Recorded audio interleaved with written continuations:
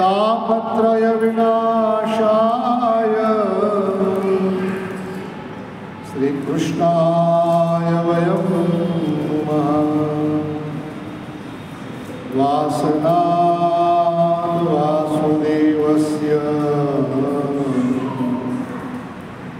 वासितं भुवनात्रयम् सर्वभूतनिवासोऽसि श्रीवासुदेव नमोऽस्तुते। गुरुर्ब्रह्मा गुरुर्विष्णु गुरुर्देवो महेश्वर गुरुर्साक्षात्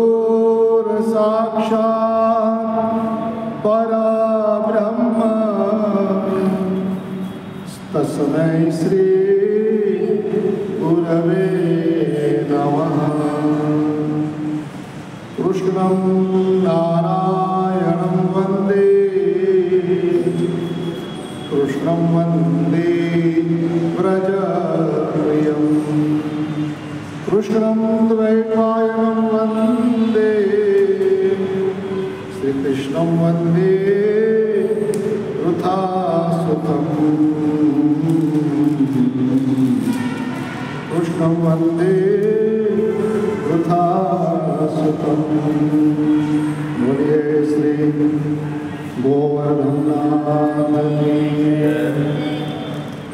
श्री व्यास नारायण भगवान की श्री सुखदेव जी महाराज की श्री परीक्षित जी महाराज की सब संतन की सब भक्तन की।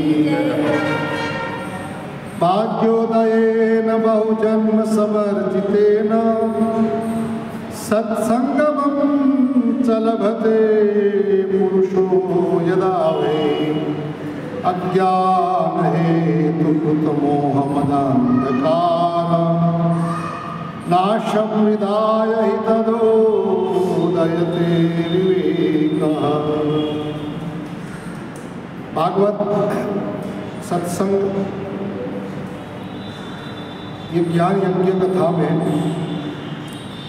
श्रीमद् भागवत जी का महात्म्य पद्म पुराण अंतर्गत यहाँ नारद और सनकादि ऋषि का संवाद चल रहा है।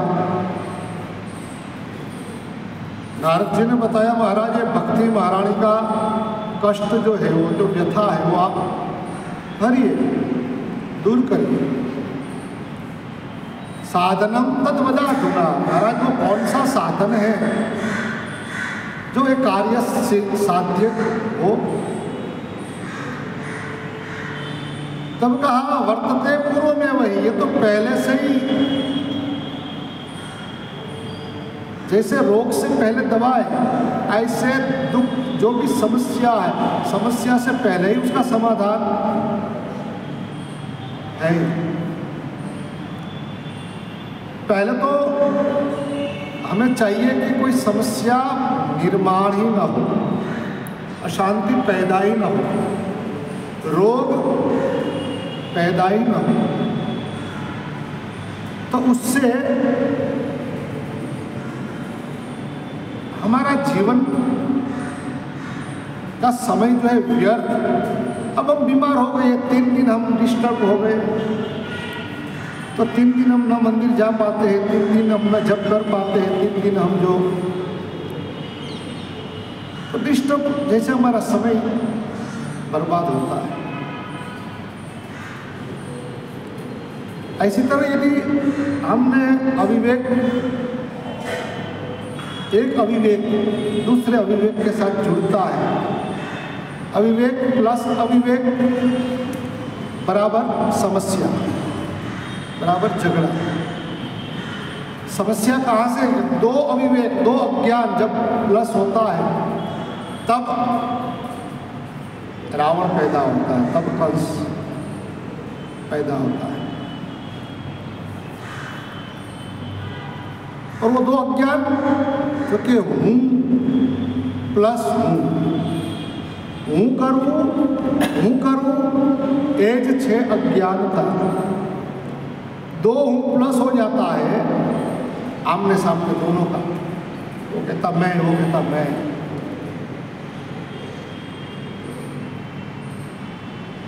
हम सब कथा जानते हैं, आएगी कथा। सनकादि ऋषि जब भगवान के पास वैकुंठ के द्वार जब गए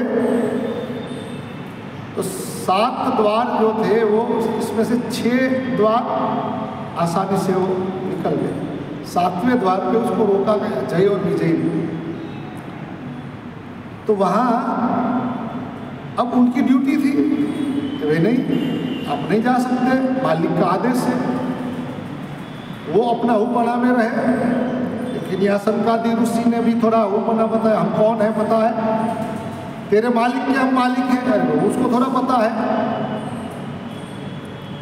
और फिर भी आप मेरे मालिक के भी मालिक भले हो, लेकिन मेरा मालिक जो है वो मुझे जो आदेश का है मुझे पालन करना है, बराबर है, उसकी ड्यूटी के अनुसार।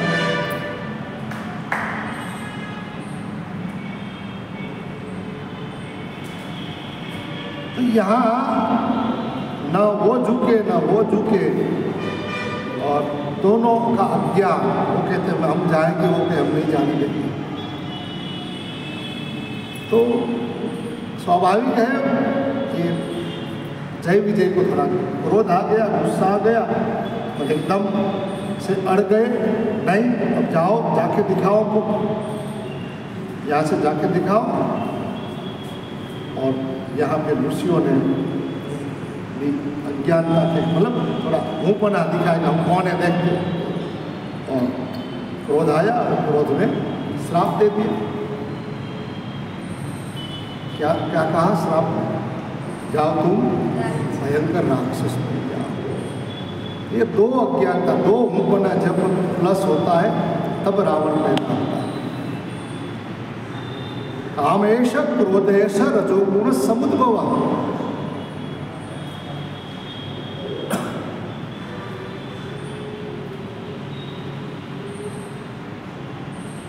तो उन हिसाब से काम और क्रोध जब प्लस हो जाए, उनकी कामना क्या थी? ऋषियों की कामना थी भगवान का दर्शन करना, इच्छा थी उनकी। और यहाँ उनका क्रोध, काम ऐसा क्रोध ऐसा रजोगुण समुद्भव, दोनों उनमें तो रजोगुण, लेकिन यहाँ भी रजोगुण प्रवेश कर दिया, ऋषि में भी रजोगुण आ गए। अब ऋषियों में सत्वगुण ही थे, रजोगुण कैसे आ सकता है?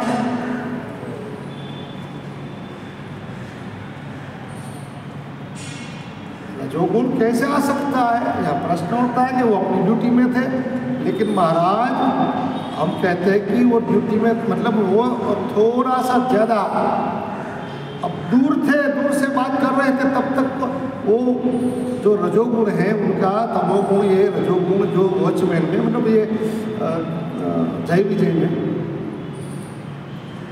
तो दूर थे, तब तक तो कोई बात नहीं थी। लेकिन सनत कुमार फिर तो क्या है, हम जाएंगे ऐसे नजदीक जैसे पहुँचे तो उनके रजोगुण के जो प्रताप प्रभाव जो है वो सब उतरने लगा कि सनत कुमार होंगे, और गलत प्रभाव जल्दी फैल जाता है। तो उनका जो सत्व गुण थे तो वो तो कहाँ गए, तो वो सत्व गुण दब गया। क्यों? कि उनमें भी कामना, और कामना से क्या होता है, संगात संजायते कामम कामात क्रोधो भी जायते। अब कामना की अपूर्ति क्रोध को पैदा करती, क्रोध को जन्म देता है।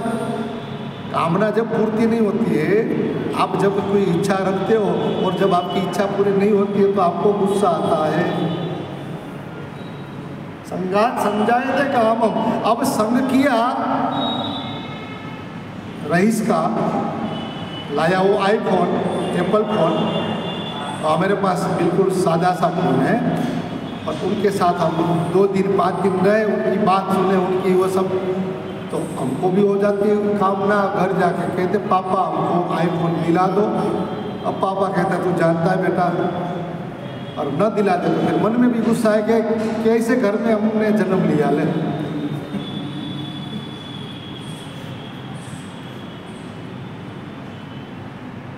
तो एक वहाँ अनेक हो जाता है, काम आई कामना इच्छा, तो न पूर्ति हुई तो यहाँ क्रोध आया। नहीं तो महापुरुषों को समझना चाहिए कि भाई हरी इच्छा भावी बलवान, आप क्या करें, लेकिन नहीं, तो संग था ना, संग किसका था?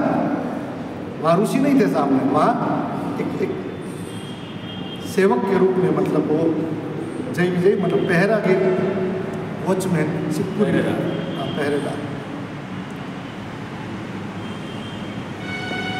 तो वो कक्षा के अनुसार यहाँ हम ये प्रसंग से वो इतना जानना चाहिए कि सामने वाला हमारी कक्षा के अनुसार सामने वालों से बात करनी चाहिए। हमारी योग्य, मतलब हमारे योग्य वो है कि नहीं, तो वहाँ मत खड़े रहो। यदि अयोग्य है, अब बस कई तो क्या राज रानी, पटरानी राजरानी, और मंत्रा तो दासी।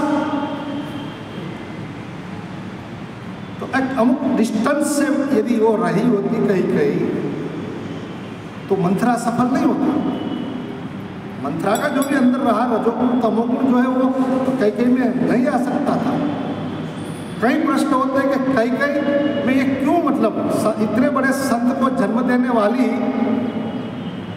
माँ कोई कम तो नहीं होगी, तो उनमें भी ये रजोगुण या तमोगुण या ये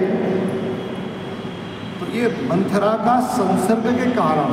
तो ये सनत को, अब हम कहते हैं कि चलो उनको तो गुस्सा है, लेकिन सनत कुमारों को तो नहीं आना चाहिए। अब करें क्या? संगात समझाते काम, संग ऐसा।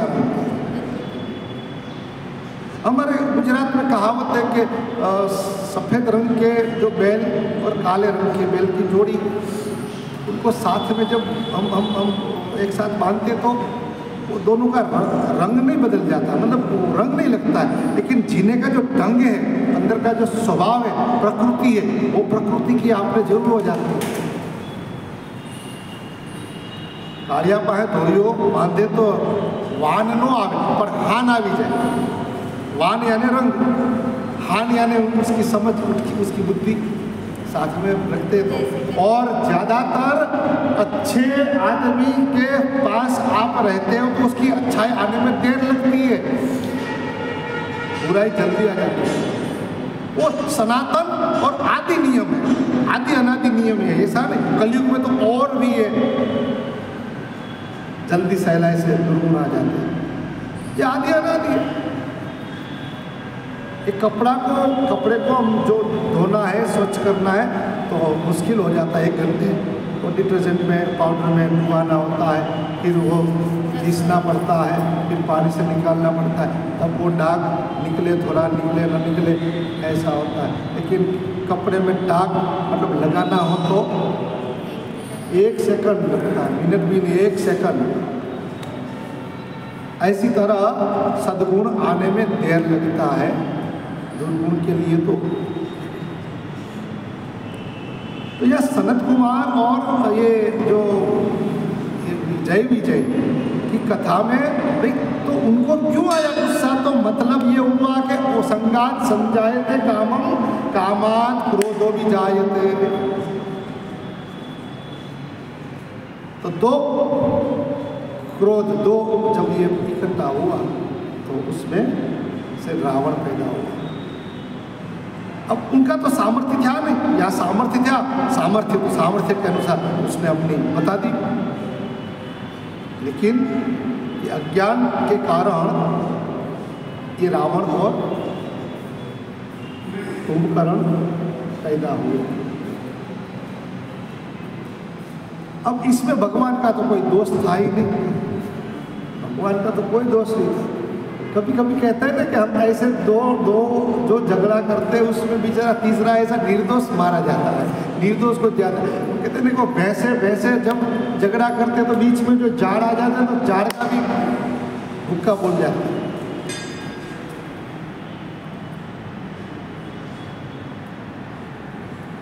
तो इनके कारण भगवान को भी उधर से इतनी ऊंचाई से, इनके कारण उनके उद्धार के लिए भगवान को भी आना पड़ा।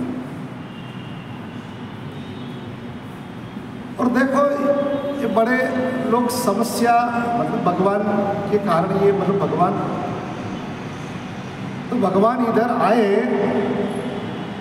परित्राणाय साधूनां विनाशाय च दुष्कृतां धर्म संस्थापनार्थाय, क्योंकि भगवान से पहले वो पहुंच चुके थे और धर्म फैलाने के लिए, इसलिए धर्म संस्थापनार्थाय भगवान आए। लेकिन हम जैसे भक्तों के लिए भगवान कृपा करने के लिए भगवान ने ये लीला बनाई है, और ये समझने के लिए संतों ने ये अपना चरित्र बताया है, और कुछ नहीं है। हम सबको हमारा जीवन समझने के लिए संत भगवत दर्शन के लिए जाए। अरे मैं संतों के पीछे जाऊं। कबीरा मन निर्मल भयो जैसे गंगा नीर, पीछे पीछे हर फिरे कहता कबीर कबीर। जिनके पास मतलब भगवान मतलब संतों को छोड़ के एक सेकंड भी नहीं जाते, वो भगवान का दर्शन करने वैकुंठ में, और वो ऐसा माने कि भगवान वैकुंठ में है। ब्रज के भक्त तो आज भी मान रहे हैं मेरा कन्हैया ब्रज में ही है और कहीं नहीं।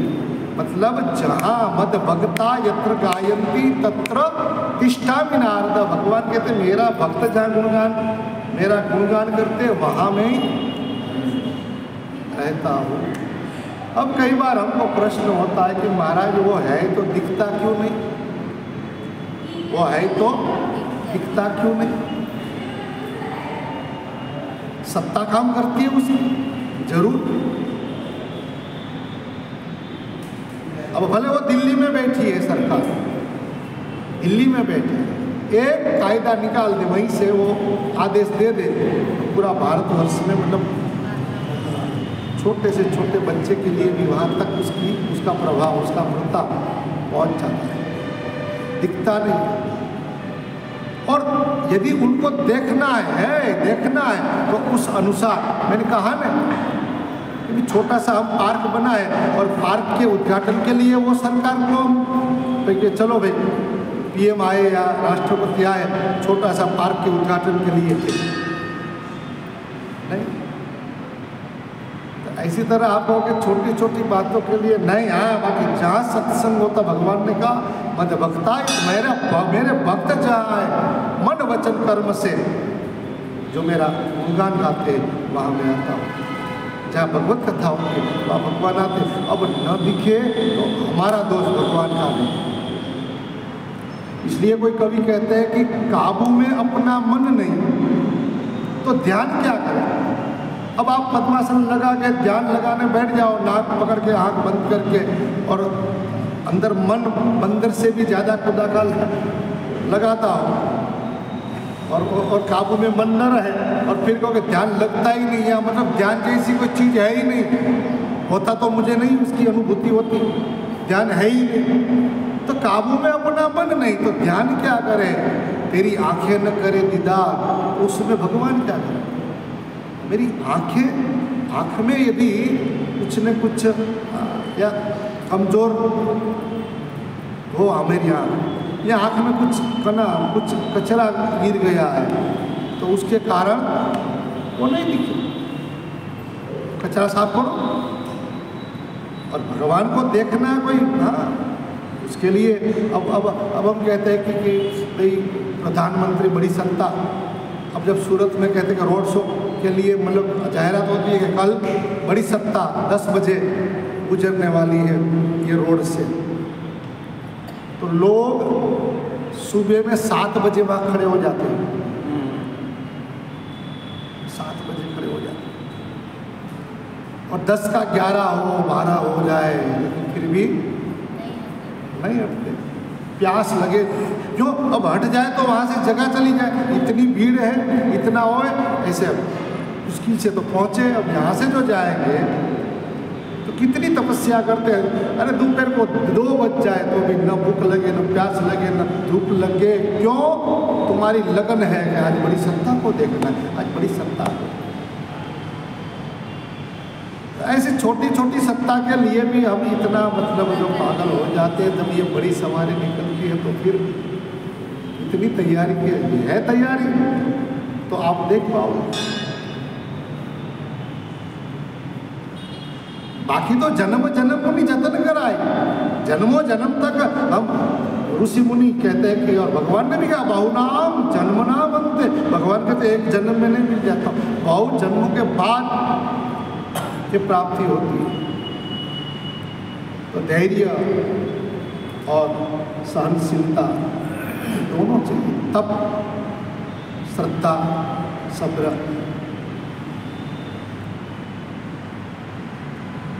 तो तेरी आंखें न करे दीदार तो भगवान क्या करे, ऐसी आंख भगवान को हम दिख पाए, ऐसी आंख होनी चाहिए।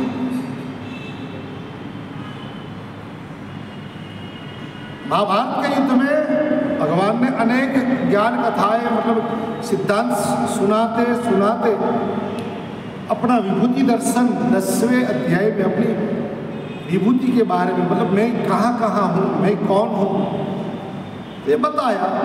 अब अर्जुन जी को लगा कि अब सब जो मेन चीज़ें वहाँ तो भगवान है, मतलब व्यापक है, मतलब विराट है, मतलब ये जो पूरा विश्व है वही कन्हैया है। तो अब मैं तो केवल बस ये जो 6 फुट के जो दिख रहे हैं मैं तो उतना ही समझता हूँ। तो अब भगवान आपने जो हमको ज्ञान बताया, कथा सुनाई, बरोबर है, चलो नक्शा तो बन गया, लेकिन अब बिल्डिंग खड़ी हो तब पता चले कौन सा बेडरूम, कौन सा ड्राइंग रूम, कौन सा है। अब आपने बताया कि पर्वतों में हिमालय में हूँ, वृक्षों में तो कि पीपल में हूँ, विभूति।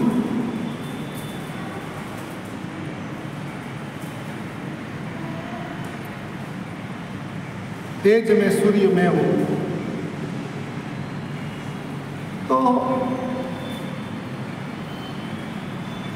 महाराज मुझे आपका विराट दर्शन करना है, आपका मूल दर्शन, मूल स्वरूप जो है जिनसे पूरा विश्व सर्जित हुआ है, जिनसे पालन पोषण हो रहा है विश्व का, और जिनमें पूरा विश्व समा जाएगा। आप कहते हैं मेरे से विश्व सर्जित हुआ है, मैं पालन पोषण कर रहा हूँ, और युगों के अंत में विसर्जन भी मेरे में ही होता है।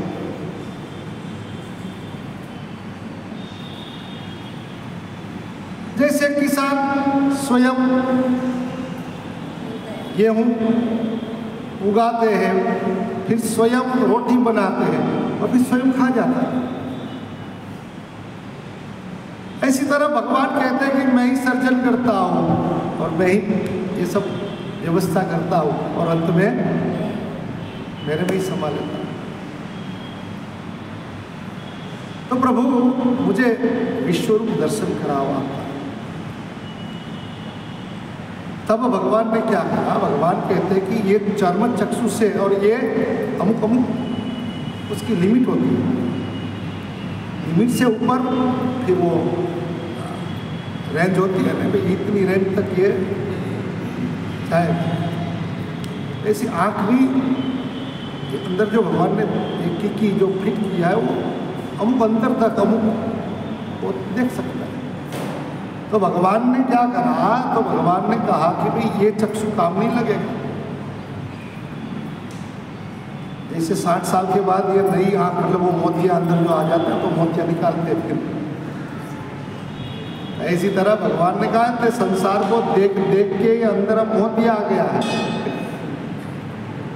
तेरी दृष्टि में क्या भरा है, काम क्रोध लोभ मद मोह, तेरी दृष्टि से ही ये दृष्टि में वो है, इसलिए उससे भी तो वो पहले निकालूंगा।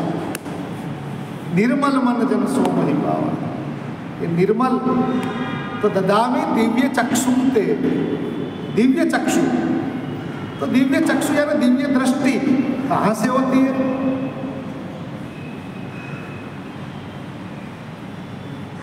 श्री गुरु पद नख मणिगण ज्योति सुमिरत दिव्य दृष्टि जीव होती। तुलसीदास जी ने बताया दिव्य दृष्टि। अब कृष्ण ने तो वहां दी, ददामी दिव्य चक्षु थे, वो कृष्ण सामने थे तो मिल गई। तो कृष्ण कौन है? कृष्णम वंदे जगत गुरु। तो अभी तो कृष्ण चले गए स्वधाम, अभी के कृष्ण कौन है? तो श्री गुरु पद नख मणिगण ज्योति, हमारे जो सदगुरु है उनके चरण के दाहिने पांव, दाहिने चरण, और उसके जो अंगूठा है, उसके जो नाखून है क्या है? श्री गुरु पद नख मणिगण ज्योति, वो ज्योति समान। और वो सदगुरु का चरण, यानी सदगुरु का आचरण, सदगुरु का जीवन यदि आपने देखकर वो दृष्टि में ले लिया, सदगुरु का आचरण यदि दृष्टि में आपने ले लिया, अपने जीवन में ले लिया, और वो स्मरण में रहा, सदगुरु स्मरण में रहे, तो क्या मिलता है? दिव्य दृष्टि मिलती है। सुमिरत दिव्य दृष्टि, सदगुरु के ये चरण को, सदगुरु का स्मरण नहीं, सदगुरु का स्मरण की बात नहीं है क्या? सदगुरु के चरण, चरण मतलब उसका जीवन, ये चरण कहाँ जाता है उस अनुसार हमारी पहचान है। हम कहाँ जाते हैं, कहाँ उठते, कहाँ बैठते, ये चरण मतलब हमारा जीवन का आचरण। तो सदगुरु का चरण याद रखना मतलब सतगुरु का जो आचरण है उस आचरण का सुमिरन मतलब स्मरण में रखो, उस अनुसार अपना जीवन बनाओ। उनको क्या मिलता है? दिव्य दृष्टि। और उस दृष्टि से सदगुरु के द्वारा दीक्षित दृष्टि जब होती है, तब परमात्मा आप जहाँ भी आप जो स्वरूप में देखना चाहते हो, वो स्वरूप में वो स्वरूप ले लेता है। सदगुरु का काम क्या है? सदगुरु का काम जैसे सोना होता है, लेकिन जब तक वो बिस्किट के रूप में होता है तब वो उसको गहना नहीं कहते, केवल सोना कहते हैं। लेकिन जब वो सुनार के पास आप लेके जाओगे तो आपका घर में 5 जने, तो 5 जन की अलग अलग वो होती है फरमाइश। वो लड़का कहता है मुझे अंगूठी पहनना है, पिताजी को लग रहा है कि मैं ये हाथ वाला बनाऊं, श्रीमती जी को लगे मैं गले का मंगलसूत्र बनाऊं, बेटी कहती है मुझे कान का थोड़ा आभूषण बना दो। तो जैसे वो लेके सुनार के वहाँ जाते हैं और वो उस अनुसार सुनार उसका घाट दे देते हैं और हम पहन के जैसे खुश हो जाते हैं, ऐसी तरह सदगुरु के पास आप जाओगे अपनी भक्ति निष्ठा लेके, और भक्त जब गुरु को कहेंगे कि हमको तो राम रूप में देखना है, तो भगवान को राम रूप में देखना है, भगवान को कहेंगे आओ आज राम रूप। इसलिए हम भजन में गाया करते हैं, कभी राम बन के कभी श्याम बन के चले आना प्रभु जी चले आना, कभी राम बन के कभी चले आना प्रभु जी चले आना, तुम राम रूप में आना, तुम राम रूप में आना, सीता साथ लेके धनुष हाथ लेके चले आना प्रभु जी चले आना, सीता साथ लेके धनुष हाथ लेके चले आना प्रभु जी चले आना, तुम श्याम रूप में आना, तुम श्याम रूप में आना, तुम श्याम रूप में आना, तुम श्याम रूप में आना, राधा साथ लेके बंशी हाथ लेके चले आना प्रभु जी चले आना, राधा साथ लेके बंसी हाथ लेके चले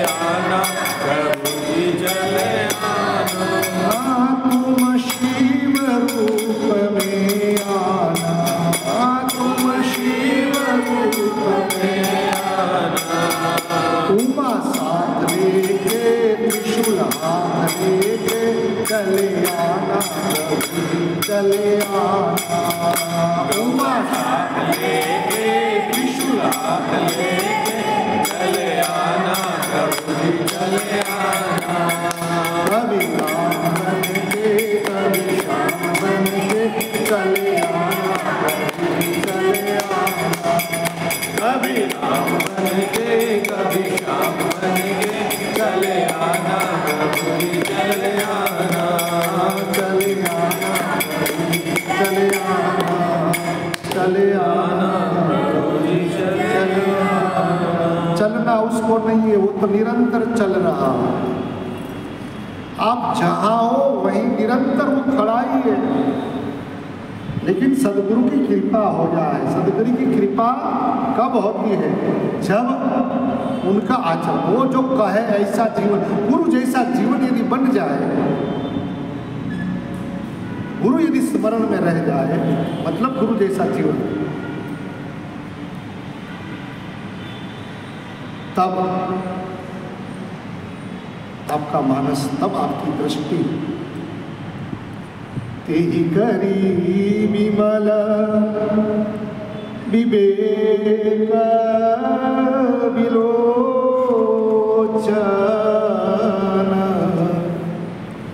बरनऊ राम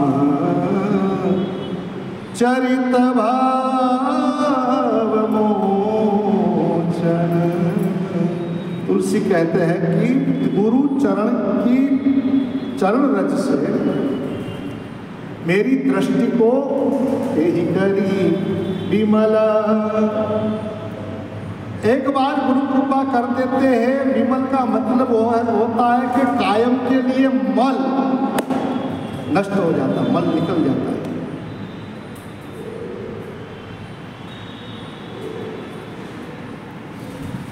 और विवेक दृष्टि गुरु दे देते हैं, दृष्टि में विवेक आ जाता है, सार असार का ज्ञान हो जाता है।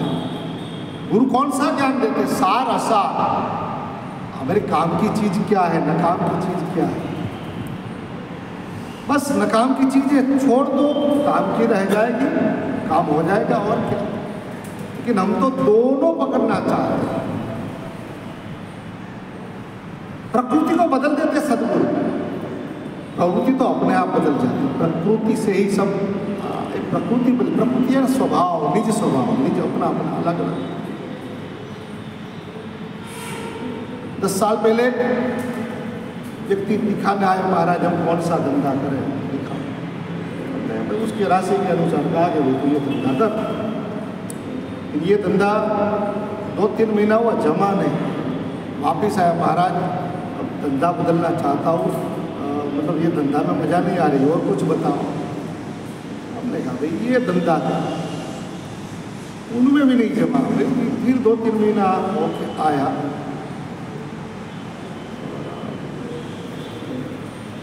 वापिस तीसरा धंधा, 3 बार धंधा बदला।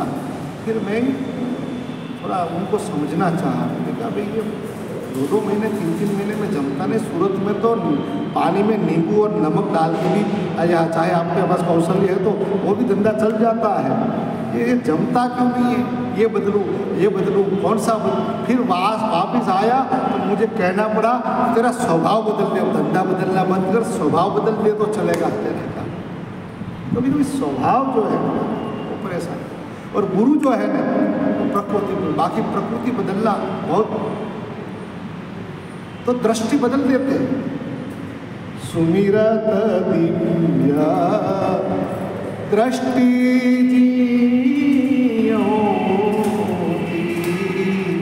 और ये दिव्य दृष्टि से परमात्मा का, कहते रहे गुरु बिनु दर्शन न हो, गुरु के बिना दर्शन नहीं होता। मतलब जहाँ न पहुँचे रवि वहाँ पहुँचे कवि, और जहाँ न पहुँचे कवि वहाँ पहुँचे अनुभवी। तो अनुभवी के पास से आप जो भी आप माहिती लेंगे, ज्ञान लेंगे, तो आपको आसानी से वो चीज़ तक आप पहुँच सकते हैं। इसी तरह सदगुरु अनुभवी है। गुरुर्ब्रह्मा गुरुर्विष्णु गुरुर्देवो महेश्वर, गुरु साक्षात परमात्मा का स्मरण करते करते वो साक्षात परमात्मा बन गया है। पहले तो वो ब्रह्मा थे, फिर विष्णु, ये सब तीन भूमिका तो हमारी भी है, ब्रह्मा विष्णु महेश तो हम भी है। लेकिन गुरु साक्षात, आप जब चाहो तब गुरु में तो साक्षात दर्शन कर पाते, गुरु साक्षात कर पाते। तो परमात्मा दर्शन के लिए दिव्य दृष्टि, और वो अर्जुन जी को कृष्ण ने दी। आँख का ऑपरेशन आज से नहीं, वो तो हम तो रोग के कारण, हम तो बाह्य रोग के कारण, बाह्य वो सब वातावरण के हिसाब से वो जो अंदर विकार भर गया है वो बाह्य विकार करके हम, लेकिन आंतरिक जो विकार है, काम ऐश क्रोध ऐश रजोगुण समुद्भव, महाराज ये कहाँ से पैदा होता है? तो संगात संजायते काम, संग से। तो एक रंगा न उजड़ा भीतर में बीजी बात, यानी वाली नवली बात कहे जे रे उड़ा कागड़ा। और कभी काग हो गए, उसने कहा किसका संग करना चाहिए? तो एक रंगा उजड़ा भीतर में बीजी बात, एक ही रंग हो, वो दो दो रंग में काम करे, समय समय पे रंग बदलता रहे, ऐसे बदलने वालों का संग मत करो, ये तो पूरे आप भी बदलते जाओगे, आप भी बदलते जाओगे। हृदय में और कोई चित्र ना हो, क्योंकि चित्र के ऊपर चित्र तो विचित्र हो जाता है विचित्र, इसलिए एक ही चित्र जिनमें हो।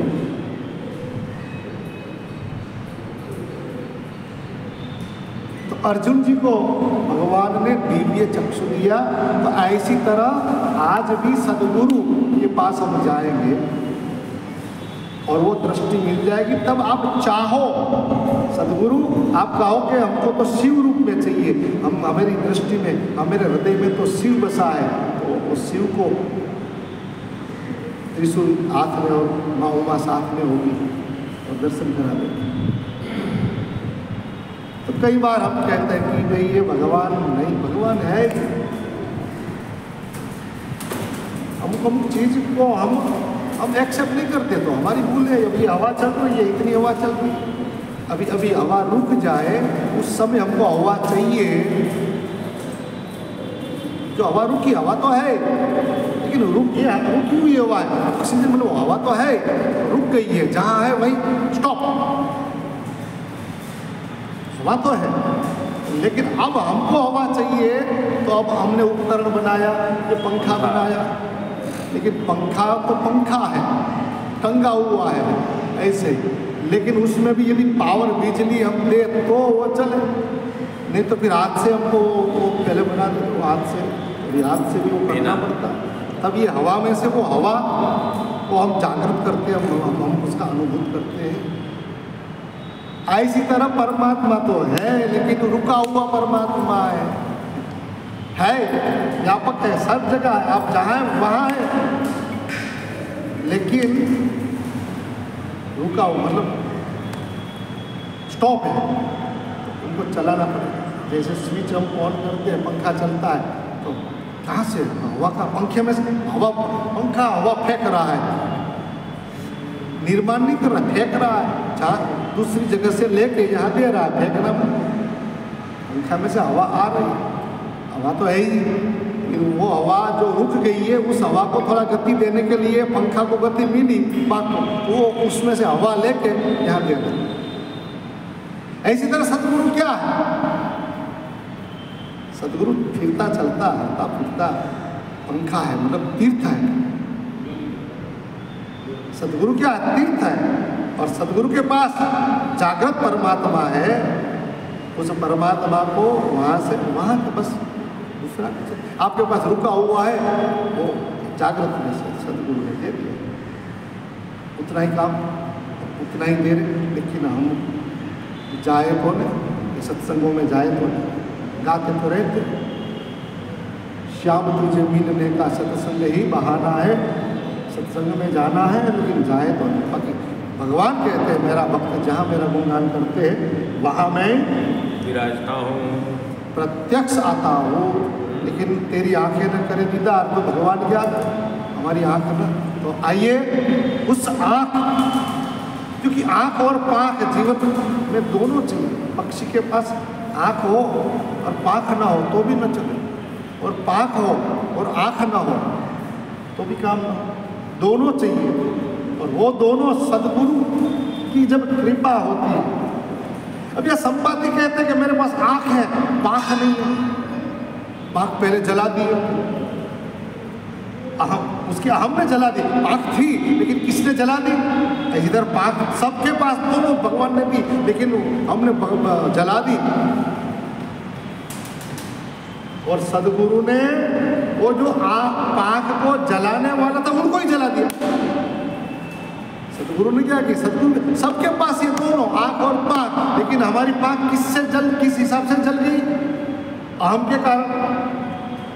वो कहते ना, मैं हम तो जटायु और हम दोनों सगे भाई, और हम दोनों एक दिन हुआ कि चलो सूर्य के पास, सूर्य को पकड़े, सूर्य तक पहुँचे।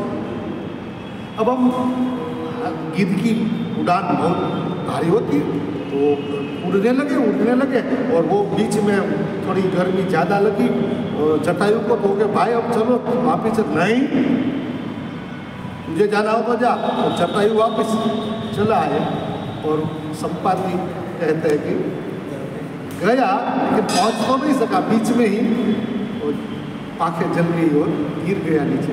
तो संपाति कहते हैं कि मेरे पास भी पाँख तो थी लेकिन मैंने ही जला दी है।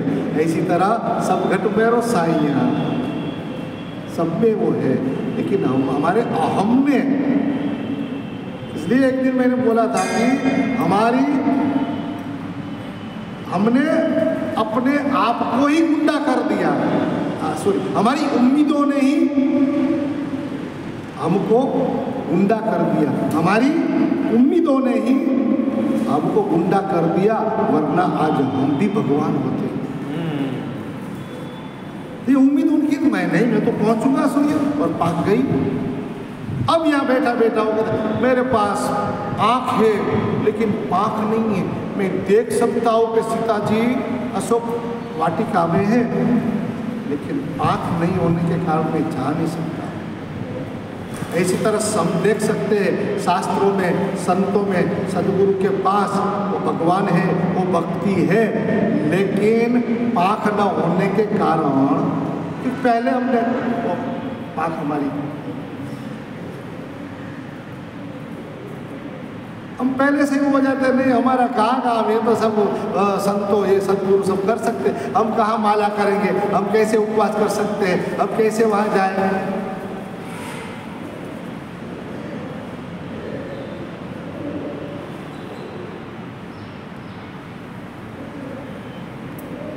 लेकिन उसके बाद जो पूरा समाज था मंदिर का, जो सीता शोध के लिए जो निकले थे, सबको पता चला कि भाई इतना, तो सब लोग बस कहने लगे हम तो आधे तक जा सकते हैं, हम तो एक तक जा सकते हैं। यहाँ तो बताया कि भाई ये 100 योजन जो लांग के जाएगा वो सीता को पाएगा। तो हम जैसे जो थे वो पहले ही साइड में बैठ गए, भाई ना भाई हम 5 उपवास नहीं कर सकते, हम 5 दिन तक भूखा नहीं रख सकते। हमें ये शास्त्रों में बताया कि भाई ये करो भगवान मिलेंगे, लेकिन क्या नहीं भाई भक्ति मिलेगी, भक्ति है तो भगवान आएंगे। रावण ने भी वही करा जो सबसे बड़ा खतरा वाला काम था। रावण के लिए तो खतरा वाला काम तो कुछ आसान था, लेकिन फिर भी ये सबसे बड़ा खतरा था। वो भी उसने, क्योंकि पाना था भगवान को, भगवान के भक्ति के बिना मिलेगा नहीं। सीता यानी भक्ति। ये न कहने प्रकार है ना, अब मैं भगवान को पाऊंगा, रावण कहते हैं भजन हो यह तामस देहा, मन क्रम वचन मंत्र दृढ़। तो अपनी प्रकृति के अनुसार तुमने अपनी प्रवृत्ति करी जो प्रशंसनीय नहीं है, फिर भी और अपने उसमें रहे। और यहाँ सब बंदर लोग अपनी सेना मतलब कोई मतलब अंगद कहता मैं जाऊँ खरा, लेकिन वापस लौट के नहीं आऊँ, तो भैया तेरा काम। और भक्ति कहाँ है? संसार के बीच, लंका के बीच बैठी है, लेकिन बैठी कहाँ है? तो अशोक वन में है, अशोक वृक्ष के, वहाँ कोई शोक नहीं है। भक्ति के पास जाओ, कोई शोक, कोई समस्या नहीं है। लेकिन भक्ति के अगल बगल में है सोने की लंका, पूरी माया, और उसका राजा कौन है? तो रावण। रावण यानी अहंकार, रावण यानी मोह, दुर्गुण।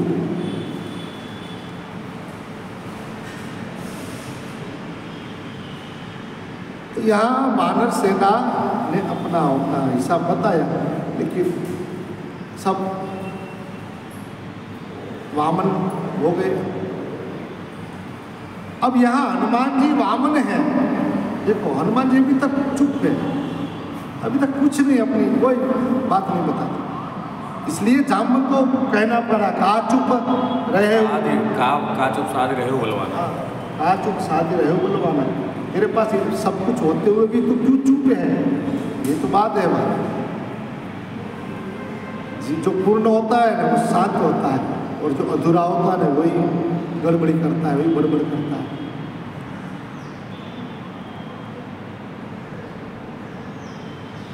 तो वो हनुमान जी कौन है? श्री गुरु चरण सरोज रज निज मन मुकुर सुधारि, बरनउँ रघुबर विमल जस जो दायक फल चारि। बुद्धिहीन तनु जानिकै सुमिरौ पवन कुमार, बल बुद्धि विद्या देहु मोहि हरहु कलेश विकार। क्या हरहु? विकार। वो विकार जो है वो हमारा अंदर का मन का जो विकार है वो आप हर लो। और जब तक मन में विकार भरा है, वासना भरी है, क्योंकि वासना का मतलब भी वही है, जहाँ वासना है, वास यानी जब वास करते कौन? भगवान। वासना वासुदेवस्य, वासुदेव। लेकिन जहाँ वासना है वहाँ वास नहीं होता है। वेदना शब्द, वेदना यानी वेदना यानी वेद यानी अपना शास्त्र। जहाँ शास्त्र नहीं होता है, जहाँ शास्त्र की बातों को नहीं माना जाता है, जहाँ शास्त्र अनुसार, वेद अनुसार जीवन नहीं है, वहाँ वेदना है। जहाँ वेद नहीं है वहाँ वेदना। जहाँ वासना है वहाँ वासना, वहाँ उसका वास नहीं है। ऐसा कुछ समझ संत लोग हमको देते हैं। तो वो विराट भी वामन है, वामन ही विराट है। तो वो है, वो हम है वही वो है, वो कोई भेद नहीं है। भेद हम में है, उनमें नहीं है। आप भी वो है। वो हनुमान जी ने बता दिया, वामन में से सुनत ही भयो पर्वताकार। जिसे सुना राम काज लगी तब अवतारा। कोई न कोई जामवान, कोई न कोई बुद्धिमान, कोई न कोई बुद्ध पुरुष हमको शुद्ध करे, हमको प्रबुद्ध करे, तब हम भले है वामन, लेकिन विराट की शक्यता, संपूर्ण सामर्थ्य हम में है। लेकिन वो कब कोई न कोई सदगुरु हमको जगाए कि वो है वही तू है, तत्वमसि। और सुनते पर्वताकारा, खाली सुना। अब हमको सदगुरु वेद वचन विश्वास, हम वेद पर वचन विश्वास करते हैं, या तो सदगुरु वेद वचन विश्वासा। विश्वासो गुरु वाक्येषु। सबरी को मातंग ने कहा कि तुझे भगवान मिलेंगे, बस वो विश्वास नहीं टूटा। और जीवन का श्वास ही विश्वास है। जब आप विश्वास तोड़ोगे आपकी जिंदगी खलास, बाद में जिंदगी मजा ही नहीं है। आज इतना कुछ होने के बाद भी लोगों को जीवन जीने की मजा नहीं आती है, कंटाला आता है। क्यों? विश्वास टूटा है, विश्वास तोड़ा है, इसके कारण। और इसलिए पहले तो विश्वास से नौका चलती है। अरे यार विश्वास, सही बात है, बिल्कुल विश्वास पे। ऐसे मध्यदरिये में हो, अब आप विचार करो, ये समुंदर की कितनी गहराई पता नहीं है, बरोबर। और नौका छोटी सी नौका मतलब लकड़े की है और जा रही है, लेकिन हमको विश्वास है कि नहीं हम तैर जाएंगे। नहीं तो मान लो कि बीच में ये सब तूफान आया, 1 सेकंड में वो नौका का क्या सिरी उछला। तो विश्वास से ये समुद्र है, समुद्र मतलब ये हमारा संसार, संसार भी विश्वास से ही चलता है। लेकिन जब हम विश्वास तोड़ते हैं तब जीवन होते हुए भी खाली श्वास ले रहे हैं, बाकी कुछ नहीं है, बाकी मजा तो विश्वास। भवानी शंकरो वंदे श्रद्धा विश्वास रूपिणो। और सद्गुरु क्या करते हैं? विश्वास जगाते हैं। ओ विश्वासु ना विश्वासु, ए मारा कौन सुकावे आंसू। ओ विश्वासु ना विश्वास। हम भले विश्वास तोड़े, लेकिन वो अभी तक उनने विश्वास रखा है हम पर।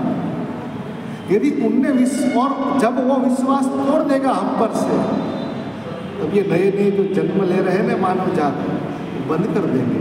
लेकिन उसको विश्वास है कि ये मेरा काम करेगा, ये मेरा काम करेगा। लेकिन भले विश्वास तोड़े, लेकिन उनको विश्वास है। और यदि हमारा विश्वास उनके साथ यदि हो जाए, तो ये पूरा विश्व जो है ना वो हमारा हो जाए। यदि हम विश्वास दूसरों को विश्वास तोड़ते, सदगुरु में सदगुरु वैद वचन विश्वास, सदगुरु के वचन में जो विश्वास रखते हैं उनको यहाँ बुद्ध पुरुष जामवान ने जगाया और कहा कि राम राज लगे अवतार, तब अवतारा और हनुमान जी महाराज गए। आज हम कहते हैं कि वो हनुमान जी जय जय जय हनुमान गोसाई कृपा करो, गुरु बन गया सदगुरु। तो ये भगवान है, यही सत्संग में ही से मिलेंगे। सत्संग क्या करता है? क्योंकि अज्ञान को हटाता है। इसलिए यहाँ लिख दिया कि अज्ञान हेतु तो मोह मदांधकारम, अज्ञान के कारण ये मोह रूपी जो अंधकार हमने जो आज हावी हो गया है या सत्ता जमा के बैठ गया है, मोह रूपी अंधकार, मोह रूपी रावण,